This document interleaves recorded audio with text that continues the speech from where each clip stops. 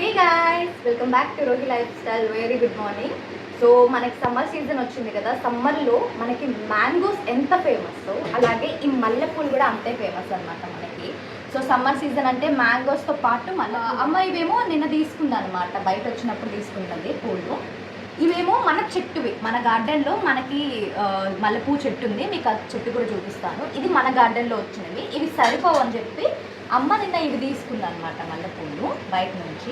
So ఇప్పుడు నేను ఇవి కడుతున్నాను. నార్మల్గా మా చిన్నప్పుడు అయితే మా అమ్మ కట్టేది, నాకు రాదు కట్టడం ఎలాగో. నేను జస్ట్ నా పని ఏంటంటే ఇలా పెట్టించేదాన్ని రెండు పూలు మా అమ్మకి. మా అమ్మ అవి తీసుకొని కట్టేదన్నమాట.